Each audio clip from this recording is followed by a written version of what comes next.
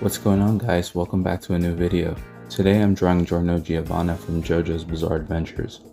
I'm a fan of the series, and as of the recording of this video, I'm currently watching part 5. This is a super cool series. I like how there's a new JoJo every part. It gives the show a fresh feel, and while still keeping its core elements, the stands are pretty cool as well. I love how the author, Araki, named them after rock bands and other classic artists of the past. I also feel like the anime has progressively gotten better as the parts have gone on. I wasn't the biggest fan of Jonathan in part 1, as to me he came off as a somewhat pretentious and a stereotypical hero character who was just good for the sake of being good.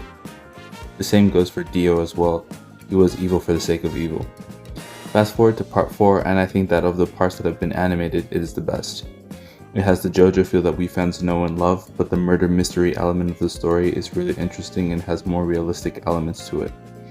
Like Dio, who is an over-the-top super evil antagonist, Hiro Yoshikage's motivations, in my opinion, could honestly be akin to those of a real-life serial killer, which gives him an element of realism. The art style of the series is pretty iconic. When I first got into it, it was very unappealing to me, but after watching it and falling in love with the show, it grew on me.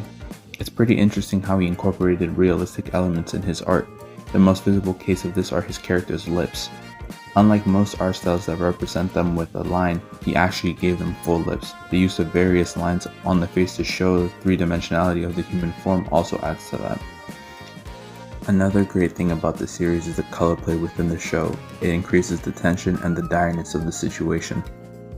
Like the use of oranges, yellows, and purples, which really adds drama and suspense to the scenes, adding to the beauty of the show as well. I highly recommend this show to all weebs out there. With all that said though, this show, like all others, has problems. Like I said earlier, the art style is pretty unappealing at first, and that tends to put people off. It almost did with me.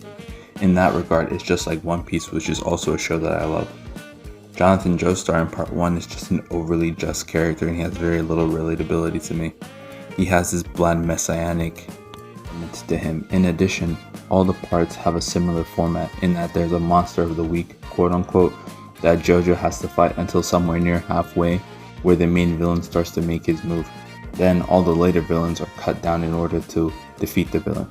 It's not that bad a format, just that it can be a little repetitive. That's it for me, guys. Comment down below if you're a JoJo fan. Let me know what you like and dislike about the series, and if you agree with some or any of my points. Stay safe. Bye. And enjoy the rest of the time lapse. Oh, and I almost forgot, the poses. The freaking poses. They're iconic and epic as hell.